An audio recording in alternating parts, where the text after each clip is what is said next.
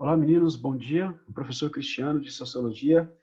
Iremos trabalhar nessa aula o conceito e a ideia do desenvolvimento do neoliberalismo, que ao longo do tempo ele passou por um processo de transformação. Na verdade, o neoliberalismo posto hoje não é um neoliberalismo pronto e acabado em suas bases. Ele sempre, o capitalismo, de uma forma geral, ele sempre passa por processos de transformação. E falar do neoliberalismo, a gente tem que falar das origens do capitalismo.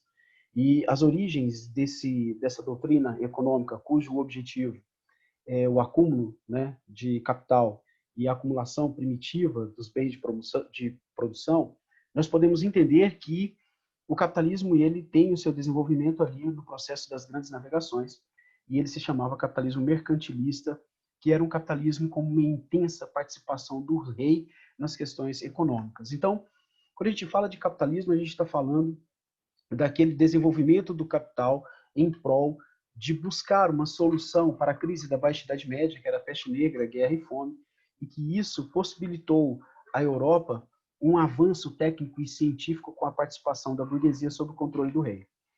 Então, nesse momento, nesse primeiro estágio do capitalismo, que é o capitalismo mercantilista, que é aquele capitalismo de compra e venda de mercadorias, é aquela economia de mercado cuja qual busca o lucro, mas que não há uma liberdade econômica para que a burguesia pudesse exercer o seu ofício.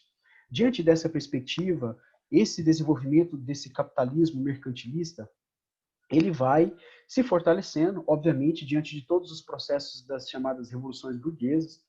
E aí a gente fala sobre o próprio processo de transição do feudalismo para o capitalismo, que vem com esse capitalismo mercantilista, mas que, porém, ainda havia uma intensa participação do rei, controlando, né, a burguesia nas questões políticas. Mas o desenvolvimento da história, né, e o caminhar da história nos vai mostrando que a burguesia vai avançando cada vez mais sobre o poder político, porque poder econômico ela já tinha. E esse avanço sobre o poder político, como a Revolução Gloriosa e a Revolução Puritana, que solidificaram o parlamento na Inglaterra, onde lá existe a máxima, onde o rei reina, mas ele não governa, a burguesia ela consegue estabelecer o seu domínio completo, né, sobre o processo político com a chamada Revolução Francesa em 1789, que foi ali o exemplo máximo da queda do antigo regime, e onde a burguesia ocupa realmente um espaço dentro do cenário político mundial, né? E ali, logo em seguida, ela vai chamar aquele jovem general que vai governar em prol dos interesses da burguesia, que foi Napoleão Bonaparte.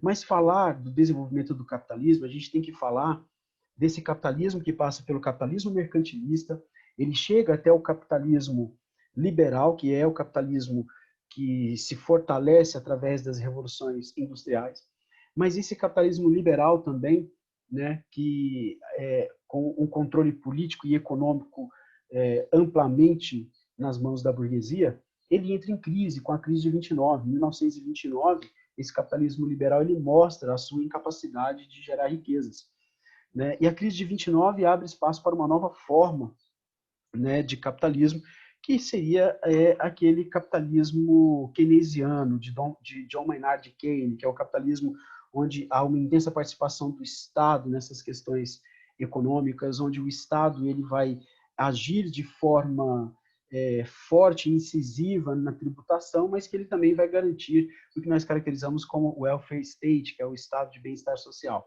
No entanto, isso é mais para frente dentro de um conceito pós-Segunda Guerra, porque antes disso, na crise do capitalismo liberal, em 1929 até 1945, nós percebemos ali foi o surgimento de uma nova forma de capitalismo, que é esse capitalismo nacionalista, esse capitalismo fechado, protecionista, com uma grave incorporação de regimes totalitários, como foram os regimes nazifascistas, né, com um intenso controle de um Estado populista, personificado, né, clientelista e amplamente antidemocrático, né? Essa forma de capital ele vai entrar em crise, né, após 1945, e ali nós vamos ver realmente o chamado welfare state, né, estabelecendo ali um Estado democrático, porém um Estado que monopoliza as questões econômicas do país. Esse Estado, né, do welfare state, que é o Estado de bem-estar social, ele também vai entrar em crise, né? Por quê? porque esses estados, dentro de um conceito nacional desenvolvimentista, eles vão se endividar, né? E esse estado keynesiano endividado, ele vai buscar a sua redenção, né? Ancorado e amparado pelos bancos internacionais, como o FMI e o Banco Mundial, que são bancos que vão controlar as políticas sociais como moeda de troca para os empréstimos feitos por essa política keynesiana. Então, nós temos ali, a partir do momento em que, através do Conselho de Washington, né, onde eles propuseram, não, nós dos bancos internacionais poderemos empreender uma ajuda econômica às nações latino-americanas, cujas quais estão com problemas econômicos no pós-45. No entanto, para que nós possamos fazer esse empréstimo, né, nós obviamente aconselhamos que vocês sigam uma política social ditada, né, pelos bancos internacionais. E essa política era diretamente aquela cuja qual retirava direitos do trabalhador. Era aquela que flexibilizava as importações, era aquela que fragilizava a economia interna, trazendo para o mundo moderno uma nova forma de capitalismo chamado neoliberalismo. O que é o neoliberalismo? Seria, por definição, um conjunto de ideias e a reafirmação dos valores liberais originários do liberalismo econômico, ou seja, esse liberalismo que entra em crise pós-1929, né, a crise do liberalismo com a chamada queda da Bolsa de Nova York, essa crise do liberalismo ela vai abrir espaço para um regime protecionista capitalista ancorado dentro dos regimes nazifascistas, totalitários, né? Porque eles disseram que o capitalismo liberal, democrático, ele permitia a corrupção, né? E a corrupção vinha do capitalismo liberal que usava da democracia era uma ferramenta, né, para sustentar a corrupção do Estado democrático liberal. No entanto, o liberalismo, né, que surge, né, o neoliberalismo que surge do liberalismo econômico do século XX, que tomou forma na primeira metade do século XX e a partir da década de 80, ressurge como um novo contexto.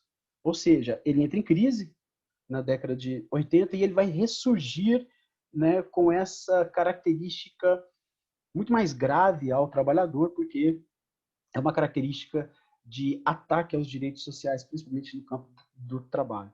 As políticas neoliberais defendem, sobretudo, a não participação do Estado na economia, pregando a total liberdade de mercado, na qual o mesmo se autorregula, e que, através desse princípio, seria possível alcançar o desenvolvimento social de uma nação. Ou seja, a base do neoliberalismo vem do liberalismo.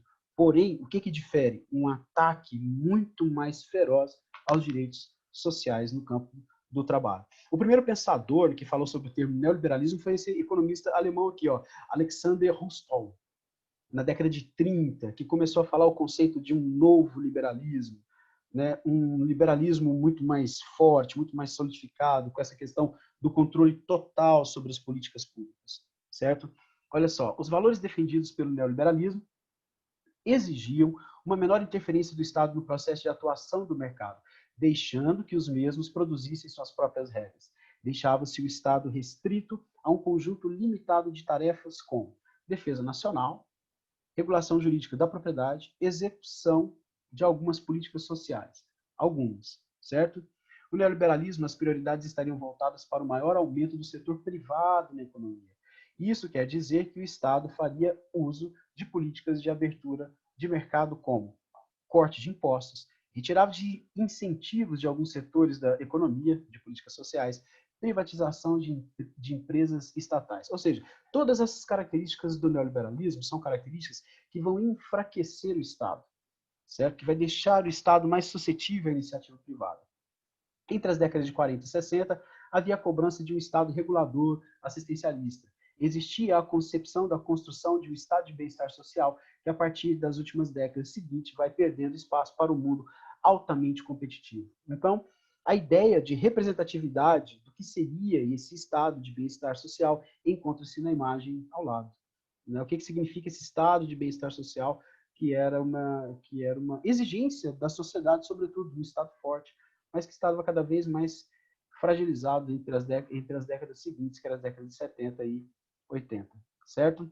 Aqui nós temos alguns representantes máximos da década de 80, aí, ó, desse neoliberalismo, né?